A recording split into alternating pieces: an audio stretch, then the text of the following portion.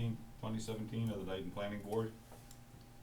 And you wanted to make. Yeah, Mr. Chairman, at this time, I would like to take a moment and, remember a longtime town employee, Frank Buck Rogers. Frank served we'll call him Buck. He served the town for many years, actually over when the, junior high was still here. He started there, then moved on over here.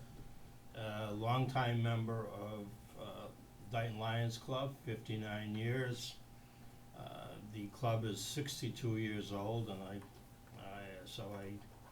think if we could have a moment of silence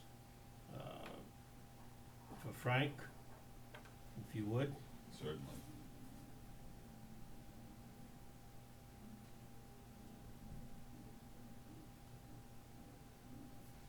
Okay, thanks everyone. Thank you. So the first item is a discussion with Woody Woods, filling a vacancy on the board. You want me to sit up here? Sure, please. We can see you if you're closer. Huh? Or you can sit right up at the table with us if you'd like. All the way up. So why don't you tell us about yourself? Robert Woods, 158 Chase Street. I'd like to start off by thanking Heidi for her service on the planning board.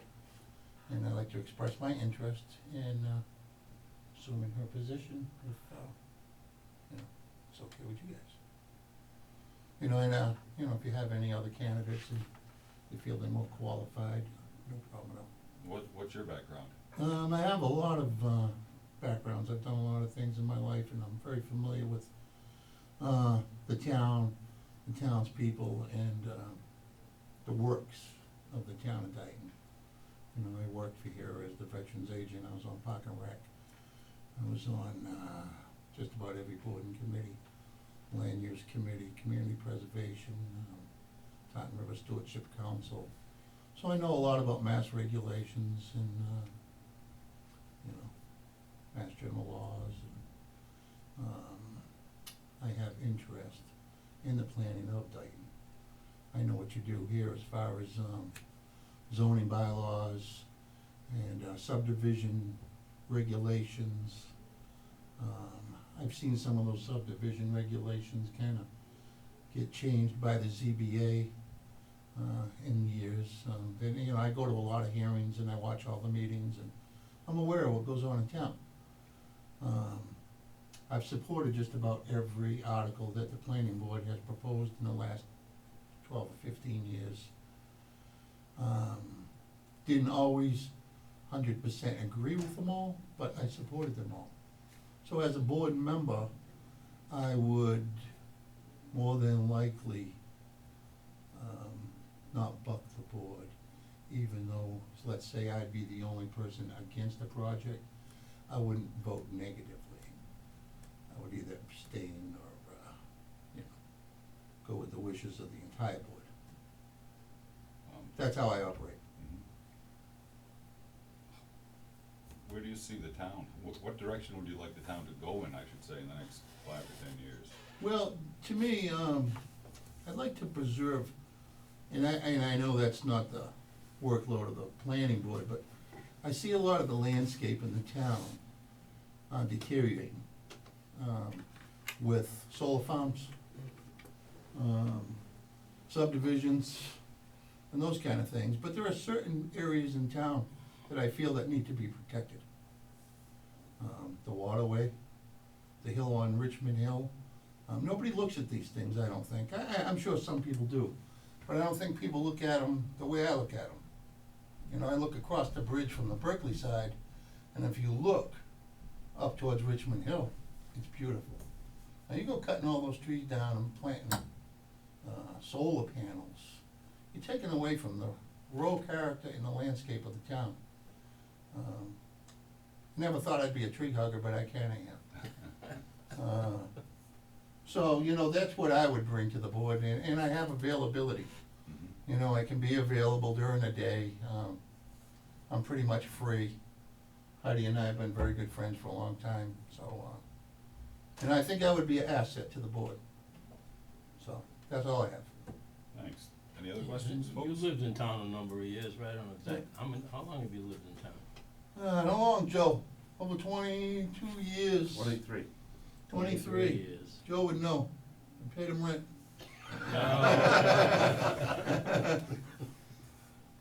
Not the full 23. 18? Yeah, at least 18. Well, certainly I'm aware of your background, so I really don't have any questions for you. I'm pleased to see that you have an interest in the future of the town and zoning and preserve the town's character and so forth. That's what, you know. I think, that's all of our intent is to try to do that, but the 40Bs are killing us. Right. I think you know that, you know what a 40B is, right? And, we need, You know, I'd like to mention too, and it says in your, planning board, website, you know, if you look at it, it says, their primary purpose is, the safety of the residents. So Stonegate across the street here, they proposed with the ZBA and made a deal to add more affordable housing units to take away one of the sidewalks on the side of the street. They said, okay, if you don't make us have sidewalks on both sides of the streets, we'll give you another affordable unit. And I don't like that, you know, because you're taking away the safety of the kids on those streets for one more affordable unit. Thought it was a bad deal. but- one unit? Yeah, one more additional unit, I don't know how many units were there. Doesn't even have a percentage. And I was on Park and Rec then too, and, you know, we made a deal with them to install their own playground over there Right, after right. they built 20 homes. And, they, from day one, Stonegate's been a nightmare.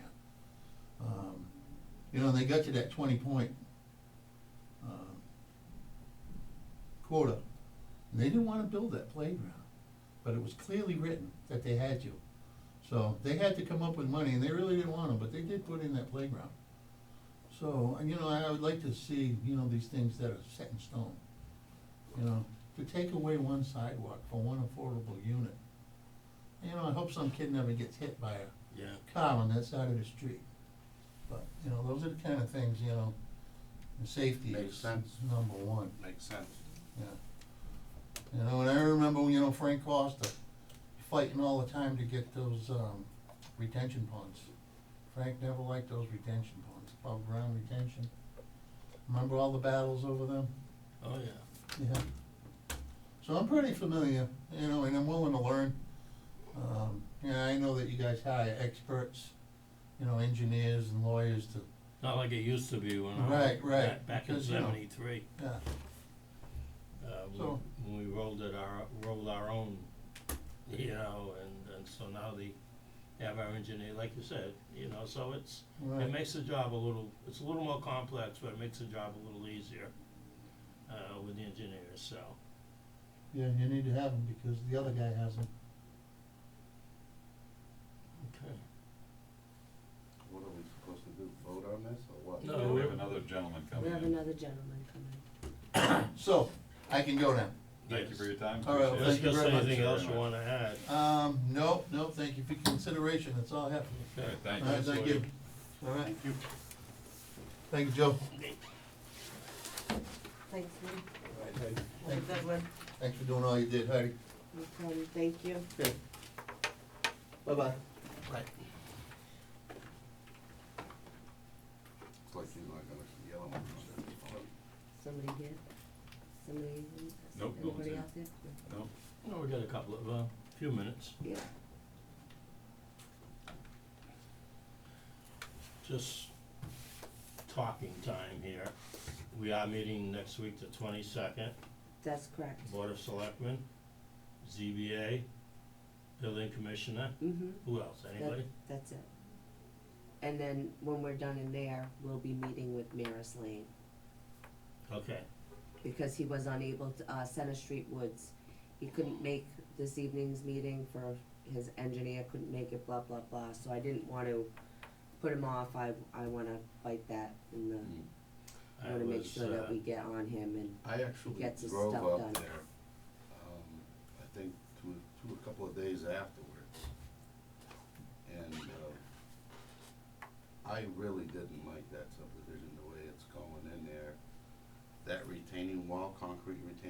on either side, I really feel that we should get a structural engineer, an independent structural engineer, to check that out, because if that wall is only 8 feet in height, approximately, in some areas, 6 feet of it is exposed, with pressure from the inside out. So in other words, the backfill on the wetland side can be, and I believe it will be eventually pushed outwards unless something else is done to that.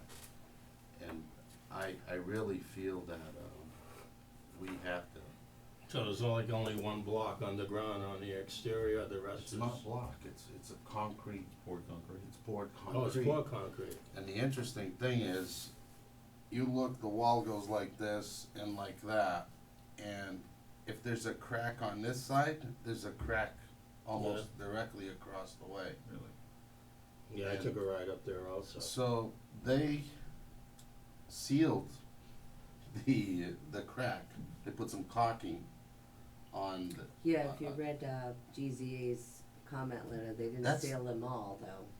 Huh? They didn't seal all the cracks. No, but that's not sealing. There's no way that you're gonna tell me that they're gonna seal it if they're just doing the surface. What about the rest of it that's cracked through the ground? They gotta have somebody that would come in and drill holes on either side of that and pump. Pressure epoxy fill it. Yeah, If yes, it's a crack, yes. if it's just cosmetic crack, that's one thing, but I don't know if there's rebar in those things. I would hope so. It would, well, wouldn't, I would hope so, Jim, too. wouldn't Jim have inspected? Jim wasn't Rebar? around when that was put in. Oh, it's that old. Yeah, Uh, am I right? I believe so, I don't believe Jim was here, he might have been a part-timer at the time. He might have just been here part-time. I honestly, if I remember correctly, Jim told me that that was before his time. Before his time. The, Well, when Peter comes too, Peter Williams should be here shortly, I think.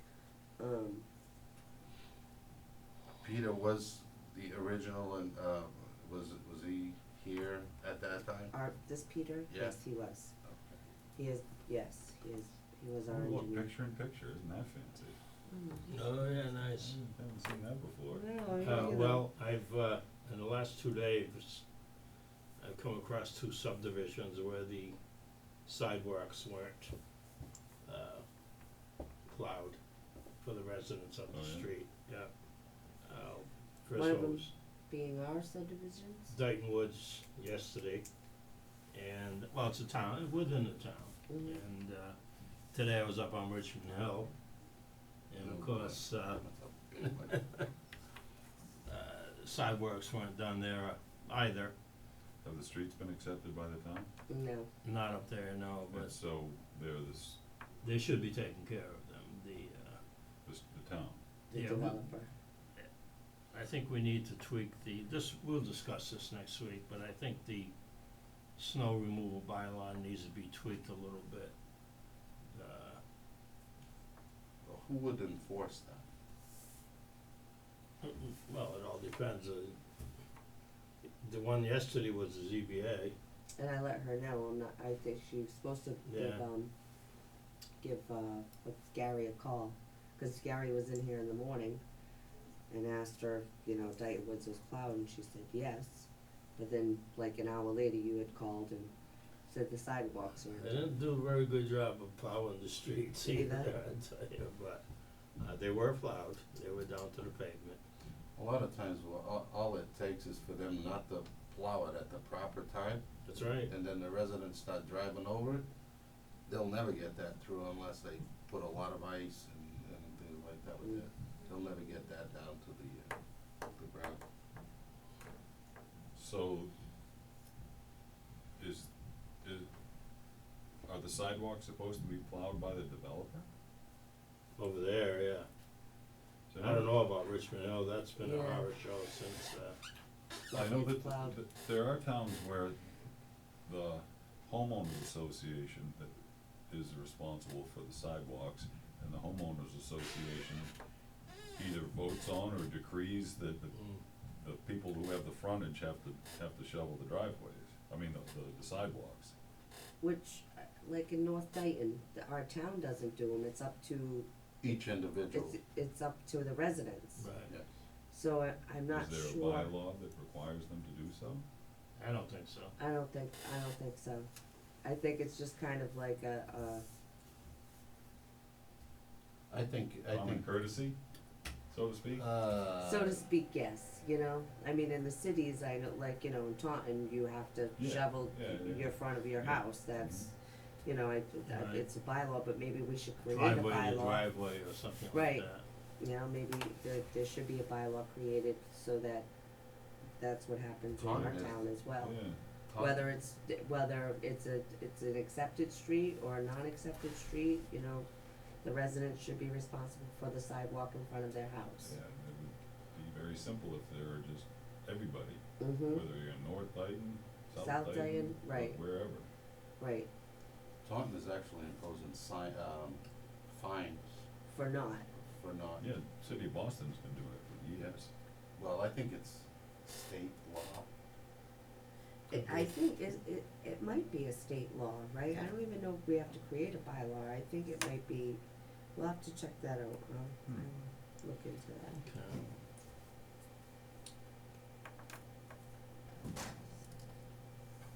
Somebody just coming in? I think so, with the door open. No. Huh, Well, we'll give him a few more minutes and I think I'll make a motion at this point to take these out of order and go to the Form A for Wellington Acres, it's not here yet, not here. no. Can we discuss retreat lots? We can, absolutely. Okay, let's discuss retreat lots. I got a motion to take this out of order. Okay. I make a motion to take this. You second it? Second. All in favor? Aye. Okay. Retreat lots. Okay, so what I would like from the board is, hi, Tom. You want me to wait out here or? No, you can No, come we right can, in. we'll Approach take it the right bench? now. You wanna take Yep, them? take that back in Okay, order, sure. that's Okay. fine. Tom, you can come and sit right up at the table. Okay.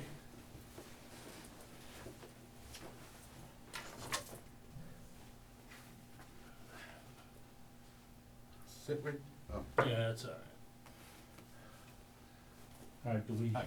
I'm Peter Benby. hi, Tom Berkman, Tom Byers? Did you- Tom Berkman, Joe Figurito. Tom Berkman. Hi, Hi, good Tom. evening, nice to see you again. Nice to see you too. Okay. Is this the non-recorded version? Yeah, no. No, Oh, it it's is. on? Recorded, Yeah. it's recorded. Okay. So Tom, why don't you tell us about yourself, if you don't mind? Okay,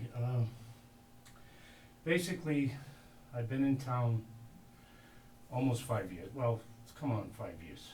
What I did was, my original plan was we were gonna move, I was from Somerset over 30 years. Retired from the fire department, US Navy veteran. And what happened was, we were gonna relocate to Colorado, this story is gonna get somewhere. But basically. Okay, you got 15 minutes. I'm gonna go faster. Well, I didn't know there was a time limit. Oh, good. Well, That's even actually, better. let's say 6:15, What's you the have a agenda? half hour. Oh my God, well, I'm not gonna take the whole half hour, but, anyhow, in a roundabout way, I ended up, we were all set to move out there. We got family out there. Gonna relocate. My youngest son, then a baby, so they got the grandbaby. So then, you know, grandparents don't wanna leave the, so basically, I'm looking for a place. So I find this place over at Hunters Hill. At the time, they still had a few properties that they were renting till they're in better squared away now, you know, with they kinda got caught in a bubble or whatever it was. And, so I had the first option to buy, so I rented for 3 years, I liked it. And I bought it, basically. I liked the town. We're gonna stay anyhow, so I bought the home. And, it's starting to pick up, they have a new owner in there. And it seems like he's gonna stay, and he's putting the money into the place, and it seems like they are building homes. It's progressing, so I feel comfortable about it, you know, so I'm staying, you know. So I'm retired, I mean, I'm doing a little stuff with my son, kicking around a little landscaping, taking care of my yard. But I'm getting like, you know, I'm watching some of these things on TV, on the cable, your meetings. So I start watching them, you know, I'm like, last time I saw you, Mr. Pires, well, I think I ran into you at the hardware store. I know who you were. I remember you, yeah. Yeah, and We you, talked. well, nothing personal, but who are you? You know, so I mean, I introduced myself, I told him, I said I Yeah. used to watch him on TV and, different meetings. So I'm like, maybe I could do something for the town. So I came in, I had some business with the veterans agent, the assessors. So I stuck my head into the, selectmen's domain over there, that little, you know, the office. And I just asked about if there anything, you know, get your foot in the door, you're gonna, you know. And one of my neighbors actually mentioned that he thought, you know, you go up and you volunteer for a committee or a board, and you get your feet wet and you get involved and you start learning about how the town works. And, I mean, I've got a good background with different things, and, I mean, I don't wanna go on, I could've put a resume in. But, basically, he said, why don't you volunteer for this town administrator committee, which we're gonna put together. So I don't know nothing about it, you know, I said, hey, why not, you know, so I fill out the thing, I didn't know you had to get, well, I find out I'm taking an ethics test, I'm getting sworn in, there's something to this, you know? So I said, this is all right, you know, so then we gotta get rolling, you know, we finally get rolling with that. Of course, we're gonna be doing that over, it's kinda gotta be reactivated, didn't work out the first time, we're taking another round. I'm still the clerk, no one wanted to be the clerk. I have no idea what it was about being a clerk, but now I'm well-trained clerk. Because I basically learned by the seat of my pants. I knew why no one wanted to be the clerk. I said, Yeah, I'll be the clerk, okay. You know, luckily it was I a hate team clerk. effort. Yeah, the clerk is the worst, so. Luckily it was a team effort and I had help from the team, thank God. And some people were very well-versed and had the right computers, you know. So now I'm pretty savvy with, you know, like the computer, better than I was initially, because we didn't grow up with a computer. But I'm doing good with that, got my stuff posted, learned how to do that, took my ethics, read all my, so that's good, I didn't know about, they didn't, like when I went on the fire department, I was a volunteer, then I got a paid job. But they didn't have all these ethics, this stuff is fresh, you know? Mhm. So it's good, it's been around for a few years, but it's nice to have that. And then, I got to know some people, so then I was approached by Vicky Piazza, who was on the, Development and Industrial Committee, who's the chairman, and she was also on that other committee. So she actually reached out to me and asked me if I wanted to get on that committee, on that, that's actually a commission. I said, oh, all right, I'll try it, you know, let's see what happens, you know. Next thing you know, they come up, you're gonna be put on that, you're on the agenda, so happy. I'm like, oh, I must be, this is great. I'm finding out there's not a lot of people step up to the plate, No. you know, You're so right, that's the problem. it's not that you're, you know, like some light came down or something. Basically, what happened is you volunteer, they're gonna ask you to, if they're gonna put you on there. So I'm gonna try that out, and they decide, we found out by law there were 15 slots, they might make it 9, cause 15's a pretty big group. Yep. But I guess by mass state law, it's 15, but that's a lot for a small town. But it opens up some slots for other people, and they are looking for a lot of people on different commissions and boards, because a lot of people getting to that age where they wanna retire, and they've done a lot of service, and they wanna, let somebody step up, get some youngins or some new blood, step up to the plate. But basically, I taught, besides being a full-time firefighter, and I paid my dues as a volunteer to get in there, it's not always easy to get your foot in the door, but that's how you did it back then. Now that volunteer service is gone because nobody volunteers there, and they closed it, basically, they didn't wanna pay anyone. So the guys get older and they retire, they used to have 60 members, but that was in the 50s, 60s, 70s, it's changed, it used to be the center of the community. So I taught at BCC, I used to teach the EMT course, I was a state examiner, I taught at BCC for 10 years at night, taught 2 sections. So I trained people to be EMTs, then we transitioned into the advanced life support later on. And then I did that for 10 years. I was a state examiner where I tested people, so I worked with the state on that level. I was involved with my, either way, whatever you think about unions, one way or the other. I was a union official for a couple of years because nobody really wanted it, so I took another one of them jobs.